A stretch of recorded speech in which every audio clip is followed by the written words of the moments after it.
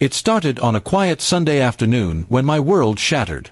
My best friend, Daniel, someone I had known since high school, came to my house uninvited.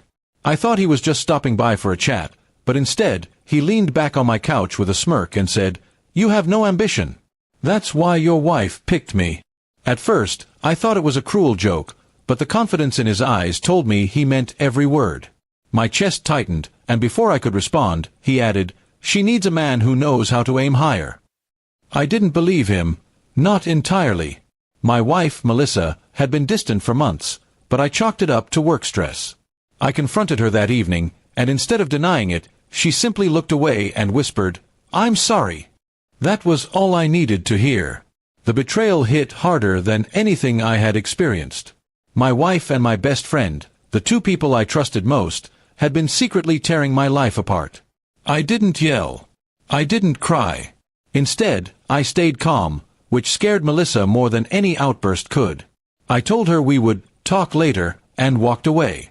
In my mind, I was already forming a plan. I wasn't going to just leave them. I was going to make them regret ever crossing me. First, I started digging.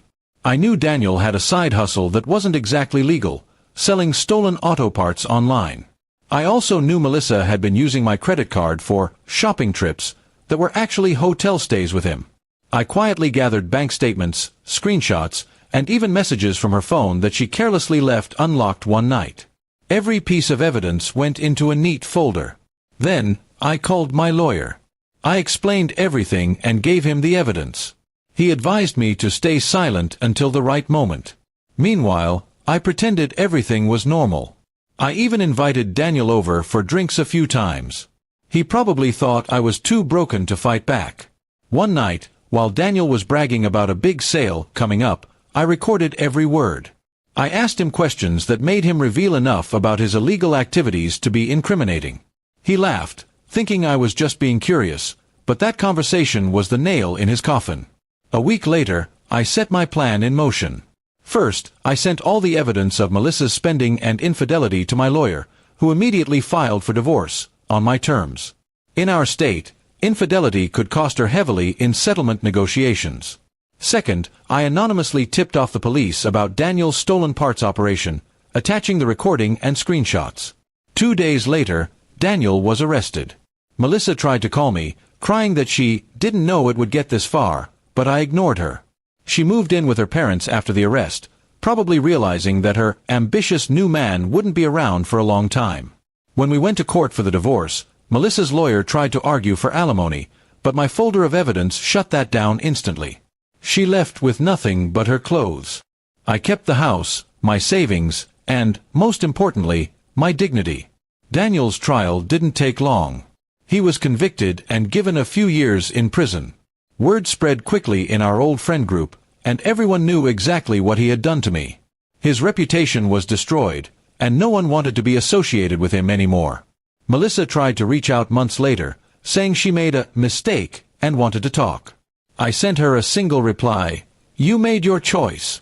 Live with it." I blocked her number right after. Life without them was surprisingly peaceful. I focused on my career, started working out, and even reconnected with old friends who had been distant while I was married. My confidence came back, stronger than ever. Every now and then, I hear updates. Daniel is still behind bars. Melissa is struggling financially, working a job she hates. And me? I'm thriving. I bought a new car, took a solo trip abroad, and even started dating again, slowly, and this time with my eyes open. I never set out to ruin their lives, but I wasn't going to let them ruin mine without consequences. My revenge wasn't loud or messy. It was precise, calculated, and unforgettable. The day Daniel told me I had no ambition, he thought he was on top of the world. Now, he's sitting in a prison cell, and my so-called cheating wife is left with nothing. I didn't just prove him wrong, I showed him exactly what happens when you underestimate me.